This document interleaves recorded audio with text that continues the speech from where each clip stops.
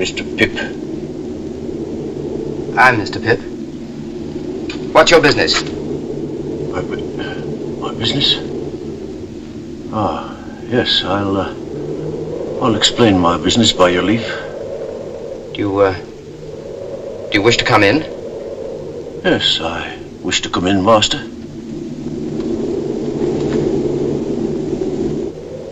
Now I know who you are. The churchyard. The churchyard on the marshes. You're the convict I gave the food to. You acted nobly, my boy. Noble, Pip, and I've never forgot it. If you're grateful to me for what I did when I was a child, and you've come to thank me for it, there's no need. However, since you've found me out, will you drink something before you go? Yes, I will drink, I thank you, before I go.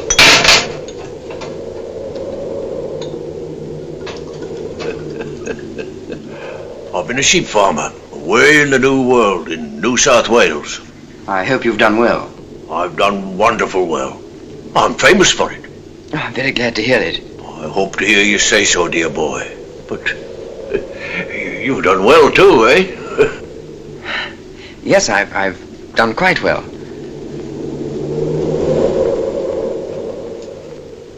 May I make so bold as to ask how you've done well since you and me was out in those lone, shivering marshes? How? Ah. Yes, I've been chosen to succeed to some property. Might it be a varmint to ask what property? I don't know.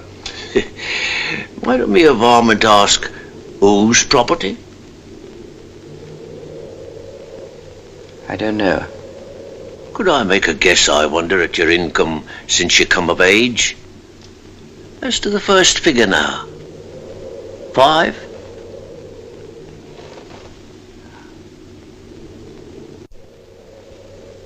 Concerning a guardian. There ought to have been a guardian or such like when you were a minor. Some lawyer, maybe. As to the first letter of that lawyer's name now. Would it be J? Yes, Pip, dear boy, I made a gentleman of you. It was me what done it. I swore that time that as sure as I earned a guinea, that guinea would go to you. And that there hunted dog what you kept life in got his head so high that he made a gentleman. And Pip, you're him.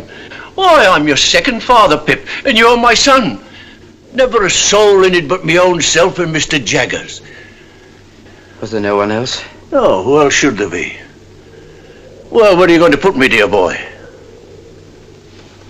Put? Oh, to sleep. Who's that? Don't be alarmed. It's Mr. Pocket who shares these rooms with me. Phew! What a night! Hello.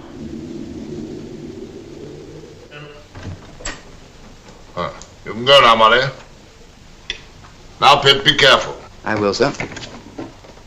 Don't commit yourself. Don't commit anyone. You understand me? Anyone. Mr. Jaggers, Don't tell me anything. I don't want to know anything. I'm not curious. I merely want to assure myself that what I've been told is true. Did you say told or informed? I've been informed by a person named Abel Magwitch that he is the benefactor so long unknown to me. That is the man in New South Wales. And only he.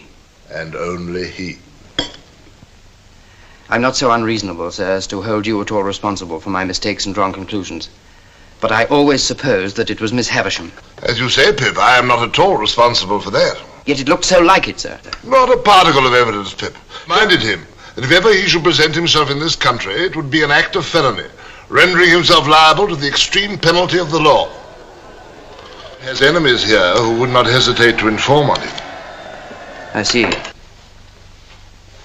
There's no other alternative. He must be got out of the country, and I shall have to go with him. Why must you go with him? He's risked everything on my account. I can do no less than stand by him now. What will you say to Estella? I'm at a loss to know what to say to her. She'd never understand about him. But I must see her before I go.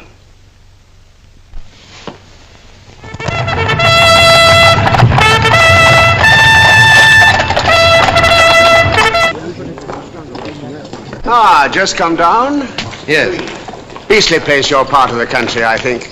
I'm going out for a ride in the saddle. I mean to explore those marshes for amusement. Out of the way villages there, they tell me. Curious little public houses and smithies and that. Mr. Drummle, I didn't seek this conversation. I don't find it a very agreeable one. I'm sure you don't. But don't lose your temper. Haven't you lost enough without that? What do you mean? Look here, you, sir. The lady is joining me later, so take her horse round her house in an hour's time. Very good, sir.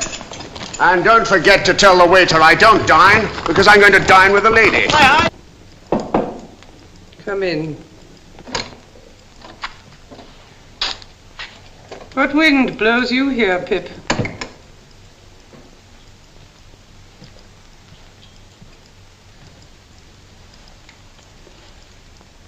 I went to Richmond yesterday to speak to Estella, Miss Havisham, and finding that some wind had blown her here, I followed. What I have to say to Estella, I will say before you presently in a few moments. It will not surprise you. It will not displease you. I'm as unhappy as you could ever have meant me to be. I have found out who my patron is. It isn't a fortunate discovery, and is not likely ever to enrich me in reputation, station, fortune, anything. But there are reasons why I can say no more of that. It is not my secret, but another's. It is not your secret, but another's. Well? When you first caused me to be brought here, Miss Havisham, I suppose I really did come here as any other chance boy might have come, as a kind of servant, to gratify a want or a whim and to be paid for it. Aye, Pip, you did. And that Mr. Jaggers was... Mr. Jaggers had nothing to do with it. His being my lawyer and the lawyer of your patron was a coincidence. He holds the same relation towards numbers of people. But when I fell into the mistake that I've so long remained in, at least you led me on. Yes. I let you go on. Was that kind? Who am I? For heaven's sake, that I should be kind. Well, what else? Estella, I should have said this sooner, but for my long mistake, which led me to believe that Miss Havisham meant us for one another. And I felt that I couldn't tell you of my real feelings while you were not free to choose for yourself. But now I have to go away. And I must say it before I go. I love you, Estella. I've loved you ever since I first saw you in this house. Pip, I tried to warn you not to love me. But you wouldn't be warned, for you thought I didn't mean it. Isn't it true that Bentley Drummle is in town here and pursuing you? Quite true. That you encourage him and ride out with him, and that he dines with you this very day? Quite true. How can you fling yourself at such a man? Should I rather fling myself at you, Pip, who would sense at once that I bring nothing to you? But you cannot love him, Estella. What have I always told you? Do you still think, in spite of it, that I don't mean what I say? Estella, you would never marry him.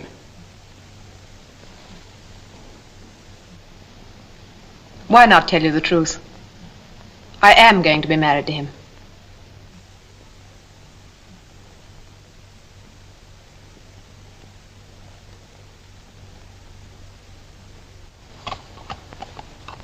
Come, Pip. Don't be afraid of my being a blessing to him. I shall not be that. Here is my hand. Let us part on this. You'll get me out of your thoughts in a week.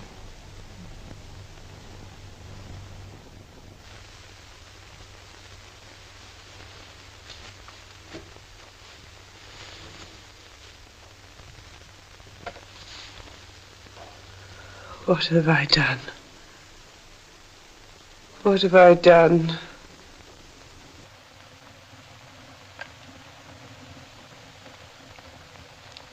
If you mean what have you done to me, Miss Havisham, let me answer. Estella has been part of my existence ever since I first came here, the rough, common boy whose heart she wounded even then. She has been the embodiment of every graceful fancy that my mind has ever known.